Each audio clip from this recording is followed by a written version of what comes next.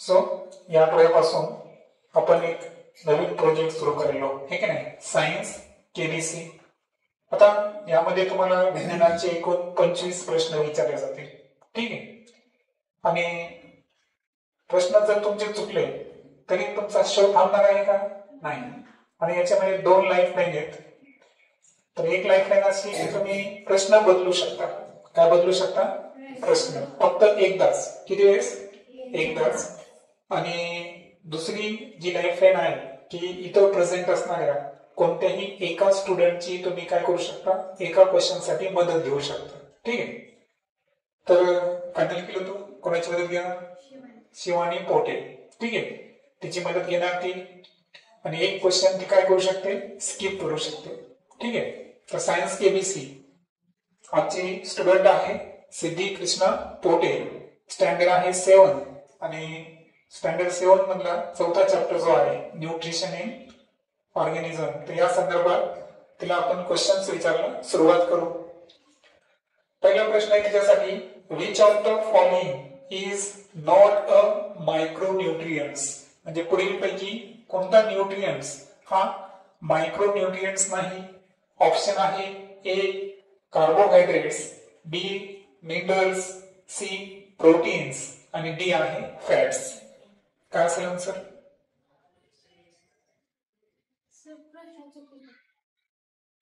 प्रश्न चुकीचा आहे सर. मायक्रोन्यूट्रियंट्स मिनरल्स आहे आणि ह्याच्यात हे तीन मॅक्रोन्यूट्रियंट्स. हा, तर आन्सर तुझं बरोबर आहे ना.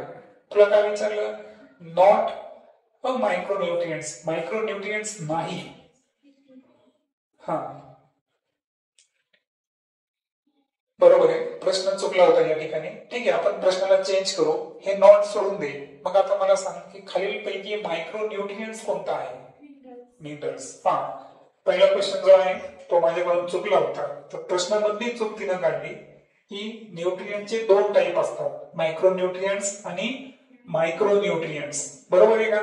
आता मायक्रोन्यूट्रियंट्स म्हणजे कोणते? जे आपल्या शरीराला लार्ज क्वांटिटी मध्ये लागतात, जास्त प्रमाणात लागतात. तर ते कोण होते? कार्बोहायड्रेट्स, प्रोटीन्स आणि फॅट्स. हे मॅक्रो आहे. परंतु मायक्रोन्यूट्रियंट्स 2 लागतात आपल्या बॉडीला. एक आहे मिनरल्स आणि दुसरा आहे विटामिन्स. सो नॉटला तुम्ही सध्या निग्लेक्ट करा. तर पहिला प्रश्न जो होता की मायक्रोन्यूट्रियंट्स कोण आहे, तर त्याचा आन्सर काय आहे? मिनरल्स. ठीक आहे, बरोबर उत्तर आहे. Second question, which nutrient is important components of protein, chlorophyll and cytoplasm. तर पहा, प्रोटीन असतील, त्यानंतर प्लांटचा एक पिगमेंट आहे क्लोरोफिल, अन्न तयार करण्यासाठी वापरतो, आणि पेशीचं जे केंद्रकाळ व्यतिरिक्त भाग आहे सायटोप्लाझम. तर या सर्वांमध्ये कोणता न्यूट्रियंट्स हा सर्वात जास्त प्रमाणात असतो? ऑप्शन आहे तिचे ए nitrogen, B phosphorus, C potassium आणि डी आहे मॅग्नेशियम. हायड्रोजन. तर पहा, तिने आन्सर दिला नायट्रोजन. हे अगदी बरोबर उत्तर आहे. कारण नायट्रोजन जो आहे हा प्रोटीन असेल, क्लोरोफिल असेल किंवा सायटोप्लाझम यांचा तो काय आहे? इम्पॉर्टंट कंपोनेंट्स आहे. सो आन्सर काय आहे? ए नायट्रोजन. पुढचा प्रश्न आहे, which gas is given out in the process of photosynthesis. म्हणजे जे प्लांट्स है ना स्वतःहून स्वतःचं अन्न तयार करतात त्याला आपण प्रकाश संश्लेषण म्हणतो. या प्रकाश संश्लेषण मध्ये 2 घटक तयार होतात. परंतु तुला काय विचारलं? कोणता गॅस लिबरेट होतो किंवा कोणता गॅसचं फॉर्मेशन होतं? आणि तिचे ऑप्शन आहे ए नायट्रोजन, बी ऑक्सिजन, सी हायड्रोजन आणि डी आहे कार्बन डायऑक्साइड. काय असेल? ऑक्सिजन. माहित आहे की लिव्हिंग थिंग साठी इम्पॉर्टंट असणारा आणि बर्निंग साठी इसेन्शियल असणारा महत्वाचा वायू कोणता आहे? ऑक्सिजन. कारण नायट्रोजन तर फोटोसिंथेसिस मध्ये नाहीच, कारण वनस्पती हवेतला नायट्रोजन वापरत नाही. त्यांचं नायट्रोजन काय करावं लागतं? फिक्सेशन नायट्रेट्स आणि नायट्रेट्स मध्ये. हायड्रोजन जो आहे तर ऍक्च्युअल वॉटर इन्व्हॉल्व असतो फोटोसिंथेसिस मध्ये, पण त्याचा तो रिएक्टंट आहे. तो प्रोडक्ट आहे का? नाही. आणि कार्बन डायऑक्साइड जो आहे हा फोटोसिंथेसिसचा रिएक्टंट आहे. तो प्रोडक्ट आहे का? नाही. फोटोसिंथेसिसचे दोन मेन रिएक्टंट आहेत, कार्बन डायऑक्साईड आणि वॉटर. त्याच्यावर जे विचारलं होतं मी प्रश्न, की कोणता गॅस लिबरेट होतो, तर डेफिनेटली तो काय आहे, ऑक्सिजन. फोर्थ प्रश्न आहे, through which microscopic openings plant take CO2 from the air. आता आपण पाहिलं की प्रकाश संश्लेषणासाठी वनस्पतीच्या पानामध्ये कशाची एंट्री होणे आवश्यक आहे, कार्बन डायऑक्साईडची. त्याचं रिडक्शन जे आहे हे हायड्रोजनच्या साह्याने होऊन अन्न तयार होतं आणि ऑक्सिजन नंतर लिबरेट होतो. तर तिचे ऑप्शन आहेत ए फ्लोएम, बी रूट्स, सी स्टोमॅटा आणि डी आहे झायलम. टोमॅटो. तर जे लीफ आहे, पानावर जे लहान लहान सूक्ष्म छिद्र असतात त्या छिद्रांना काय म्हणतो आपण, स्टोमॅटा. लक्षात घ्या की ते स्टोमॅटा फक्त डे टाइम म्हणजे दिवसाच ओपन असतात जेव्हा सूर्यप्रकाश प्रेझेंट असेल. कारण सनलाइट, सूर्यप्रकाश जे आहे, सनलाइटलाच काय म्हणतो आपण, फोटो. आणि सूर्याच्या प्रेझेंट मध्ये अन्न तयार करण्याची प्रोसेस म्हणजे काय, फोटोसिंथेसिस. आणि सो म्हणून त्यासाठी लागणारा जो CO2 आहे याची एंट्री प्लांट मध्ये ज्या सूक्ष्म छिद्रांवाटे होईल, मायक्रोस्कोपिक ओपनिंग, त्याला काय म्हणायचं, स्टोमॅटा. पाचवा प्रश्न आहे, which is the major and essential pigment present in the chloroplast. म्हणजे जे हरित द्रव्य आहे हे लवक फक्त प्लांट मध्येच असतं. तर याच्यामध्ये कोणता पिगमेंट आहे जो मेजर म्हणजे सर्वात महत्वाचा आणि इसेन्शियल म्हणजे अत्यावश्यक आहे, की त्या पिगमेंट शिवाय फोटोसिंथेसिसची प्रोसेस होऊ शकत नाही. जितकं सनलाइट महत्वाचं तितकंच क्लोरोफिल पण महत्वाचा. मग तो क्लोरोप्लास्ट मधला पिगमेंट कोणता आहे हे तिला सांगायचं आहे. ऑप्शन आहे ए कॅरोटीन, बी कॅरोटिनॉइड्स, सी झॅन्थोफिल आणि डी आहे क्लोरोफिल. तर तिला आन्सर दिलं क्लोरोफिल. आता एक लक्षात घ्या, इथं तुम्हाला मी दाखवले ना, हे सर्वच्या सर्व प्लांटचे पिगमेंट्सच आहेत. परंतु हे जे तीन पिगमेंट आहेत, कॅरोटीन, कॅरोटिनॉइड्स आणि झॅन्थोफिल, हे ऍक्सेसरी पिगमेंट्स आहेत. म्हणजे हे फक्त काय करायले, प्रकाशाला विशिष्ट रंगाचा प्रकाश ते ऍब्झॉर्ब करतात, परंतु त्याचं रूपांतर फूड मध्ये, आपण म्हणतो लाईट एनर्जीचं रूपांतर आपल्याला कशामध्ये करायचं, केमिकल एनर्जी. केमिकल एनर्जी अन्नाच्या स्वरूपामध्ये असते आणि हे कन्व्हर्जन करण्याचं काम कोण करतो, क्लोरोफिल. दॅट्स वाय तिचा आन्सर क्लोरोफिल हे परफेक्ट आन्सर आहे. Which micro organism convert atmospheric nitrogen into nitrates. Nitrogen fixation process बद्दल बोललो आपण. मग आता कोणते सूक्ष्म जीव आहे की जे नायट्रोजनचं रूपांतर नायट्रेट्स मध्ये करू शकतात.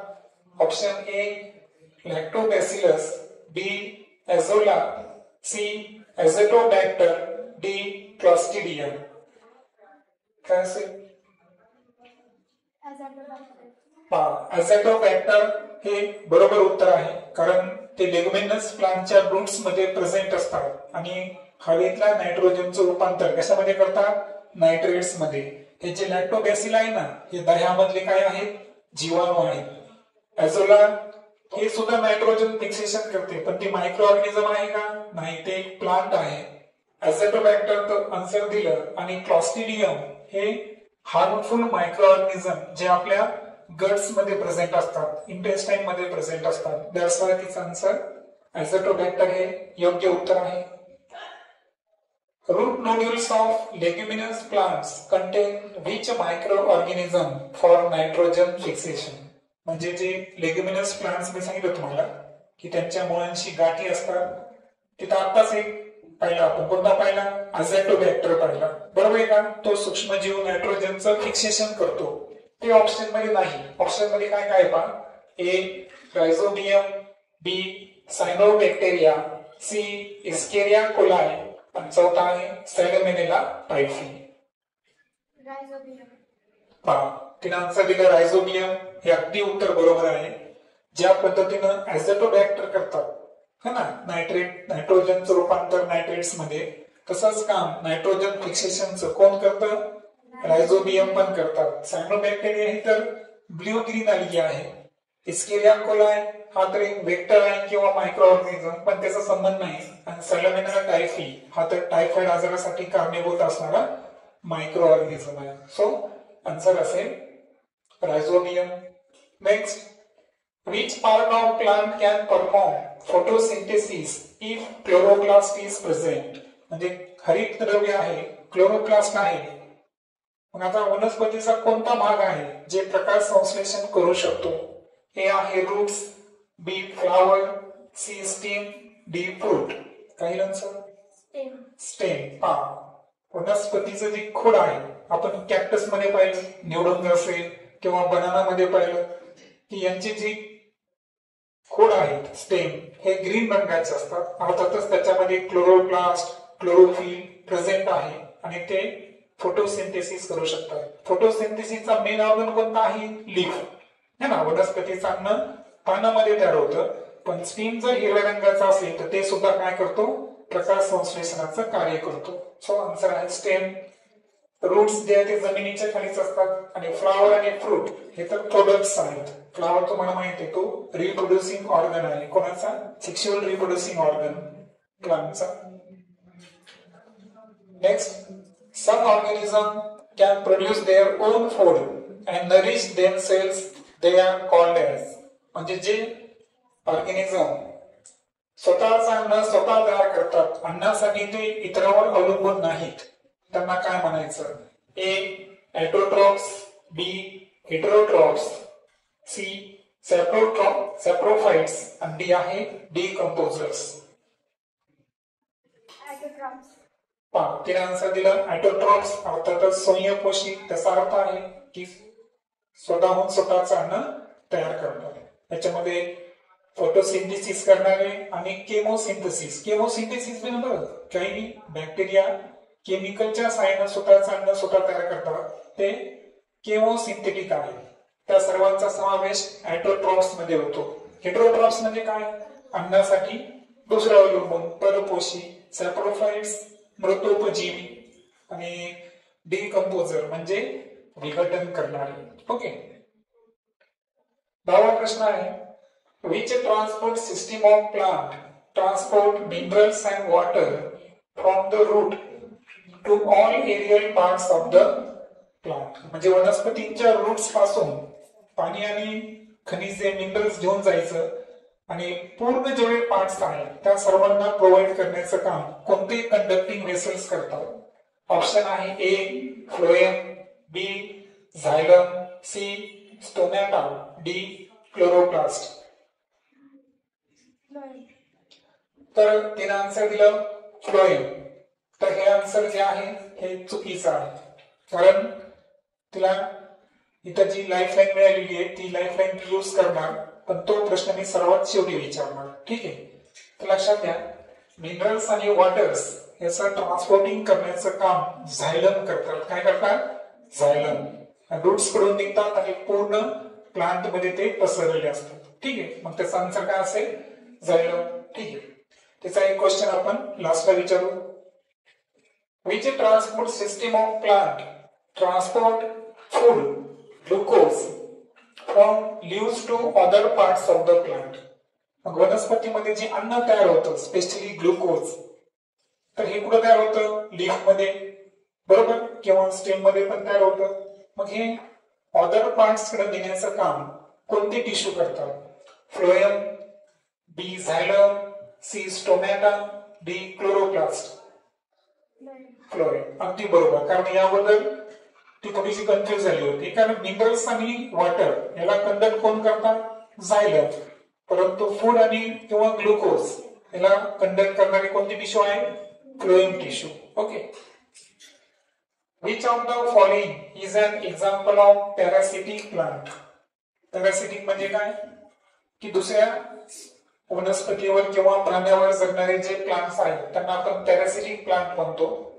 ए ऑप्शन आहे mushroom, B lichen, C Drosera, D किस्क्युटा.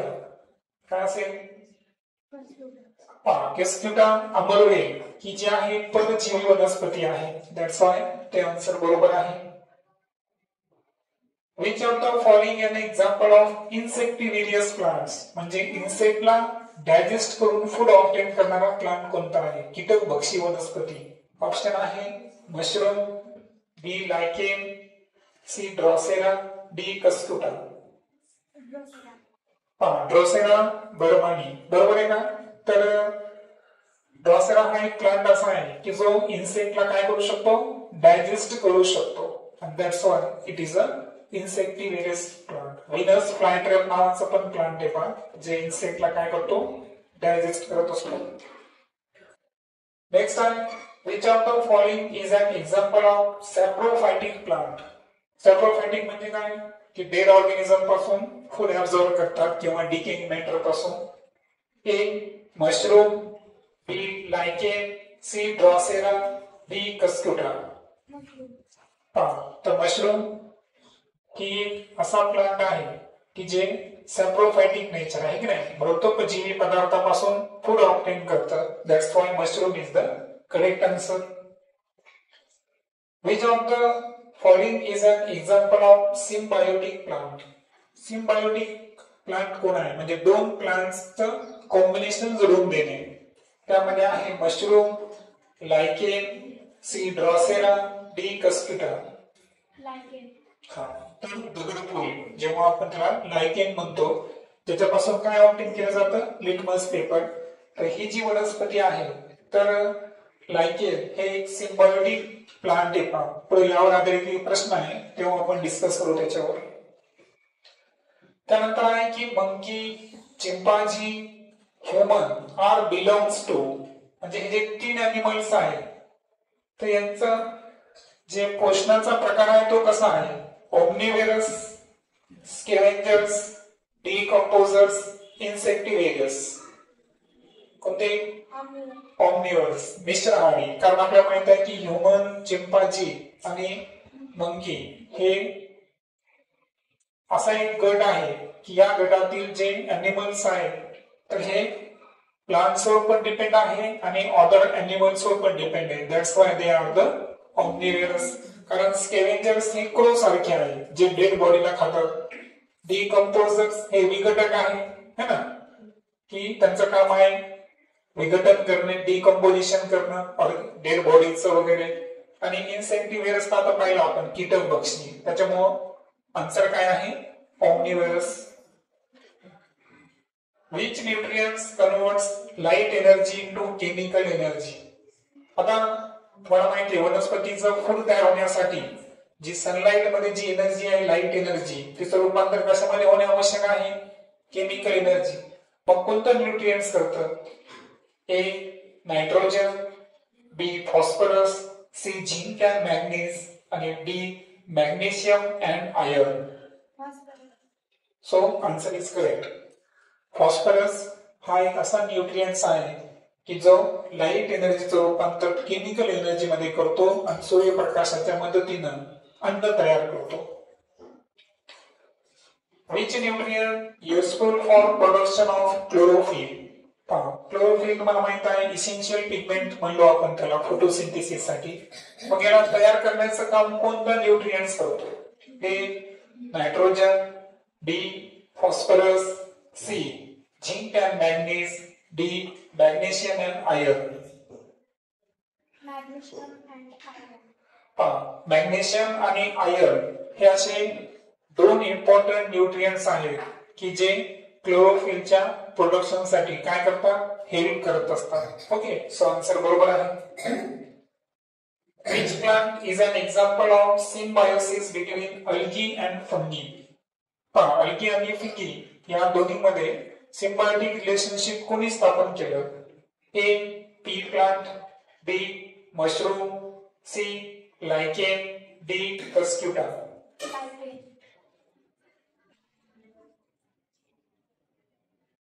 लायकेन जे आहे तर हे इथं चुकलेलं आहे तिचं. बरोबर बरोबर आहे. ओके, आपण काय करू? टेक्स्टबुकची हेल्प घेऊ. थोडस माझंही कन्फ्युजन असू शकतं. ठीक आहे, काहीच अडचण नाही.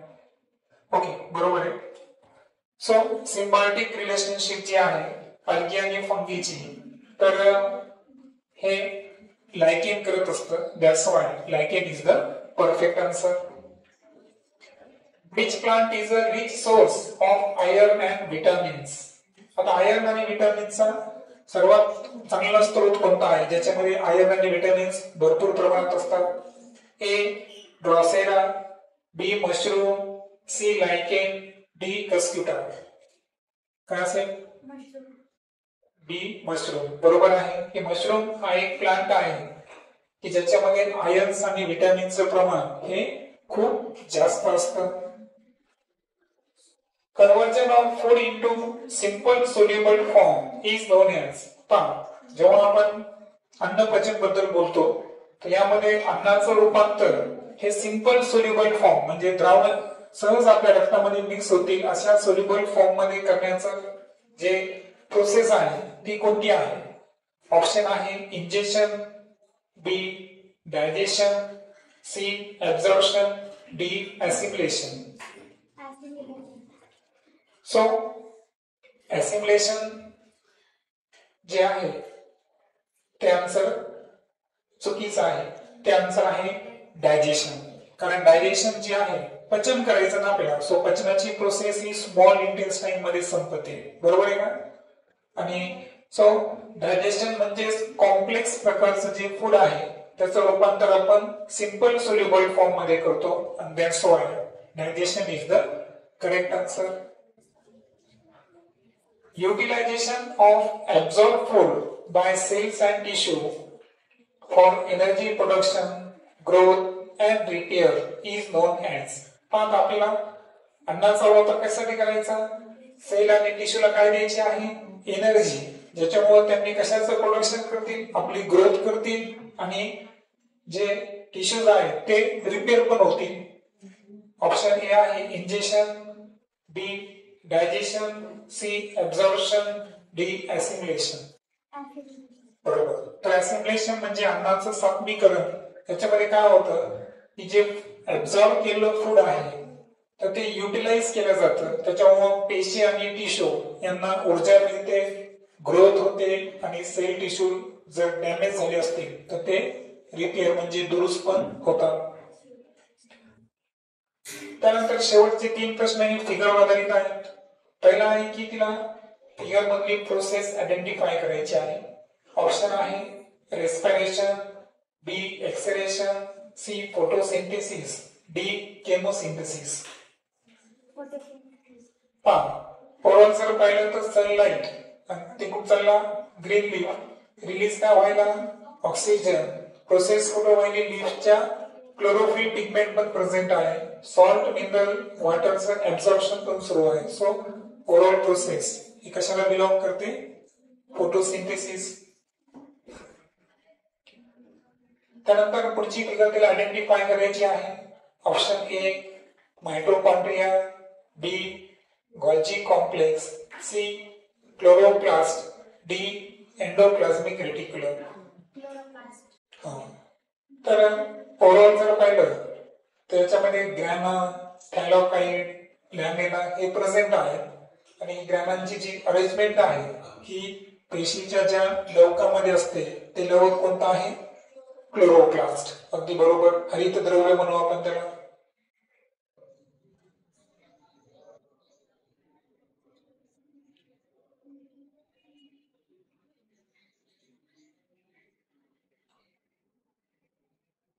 पंचवीसचा प्रश्न आहे की यामध्ये तुला एक ब्ल्यू लाईन दिलेली आहे पहा. तर ही blue line in figure shows which transport system. मग ती कोणती ट्रान्सपोर्ट सिस्टीम आहे? Mitochondria, xylem, phloem, endoplasmic reticulum. कारण ब्ल्यू लाईन रूट्स कडून येली पहा आणि सर्व प्लांट्स कडे चालली. कोणती असेल? म्हणजे डेफिनेटली ती वॉटर आणि मिनरल्स घेऊन चालली. मग ती कोणती असेल? झायलम. कारण जमिनीतून रूट्स द्वारे काय ऑब्टेन करते प्लांट?